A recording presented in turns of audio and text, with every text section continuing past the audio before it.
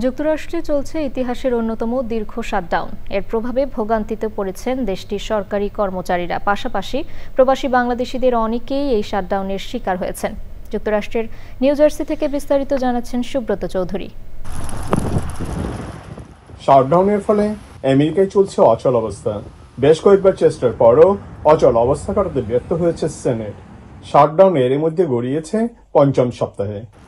এই অচল অবস্থা ভ্রমণ, শিক্ষা, বিজ্ঞান ও প্রতিরক্ষা কার্যক্রমে বড় ধরনের প্রভাব ফেলেছে। তহবিল বন্ধ থাকায় বহু সরকারি সংস্থা কার্যত স্থবির। সাধারণ মানুষের জন্য গুরুত্বপূর্ণ পরিষেবা বন্ধ হয়ে যাওয়ার ফলে তাদের জীবনযাত্রায় অসুবিধার সৃষ্টি হচ্ছে। বিশেষ করে ব্যবসায়ী যারা আছে তারাও তো ক্ষতিগ্রস্ত হচ্ছেই, আর অনেকের যে তার ফুড স্ট্যাম্প আছে তারা এখন হতাশাগ্রস্ত। তো আমরা চাই শাটডাউন উঠে যাক, স্বাভাবিক ব্যবস্থা ফিরে আসুক।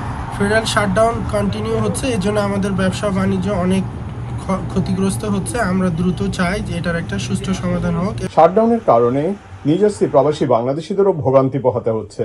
প্রবাসী বাংলাদেশিদের মধ্যে যারা ফেডারেল সরকারের অধীনে চাকরি করছেন তাদের অনেককে সাময়িক ছুটিতে পাঠানো হয়েছে।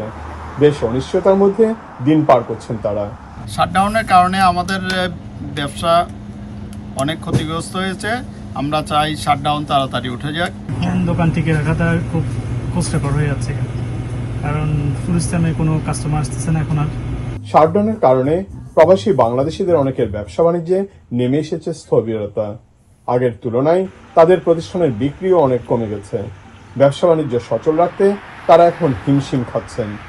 প্রবাসী বাংলাদেশিরা আশা করছেন আইন প্রণেতারা দ্রুততম সময়ের মধ্যে সমঝোতায় পৌঁছবেন, যার ফলে অবসান হবে দীর্ঘমেয়াদী এই অচল অবস্থার।